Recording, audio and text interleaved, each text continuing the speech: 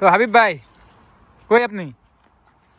হ্যাঁ, তো আপনি যে এই জায়গায় আসছেন মূলত আপনি তো আসছিলেন জাদংসা সাবজেক্ট নিয়ে, মানে গাড়ি গাড়ি কিভাবে তৈরি করতে হয়, কিন্তু এখন তো বলতেছেন আপনি যে এই কামান, তারপরে মিসাইল, রকেট মিসাইল, বিমান, যুদ্ধ বিমান, এগুলা এগুলা বানানো শিখবেন।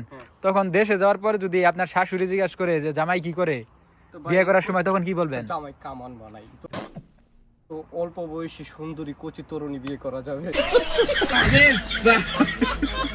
ভাই দুষ্টামি করলাম।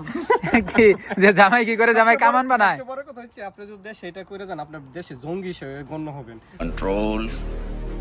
বাংলাদেশে আপনার স্থান হইব না। আপনি এখানে পড়াশোনা করার পরে এখানে একটা সেটেলে চিন্তা করতে হবে, নতুবা আমেরিকার দিকে মুভ করতে হবে। এটা হচ্ছে ঠিক আছে, বাংলাদেশে জঙ্গি হিসেবে গণ্য হবেন। কি ভাই ছি ছি ছি ছি, জামাই কি করে, জামাই কামান বানায় নাকি? এরকম একটা কামান।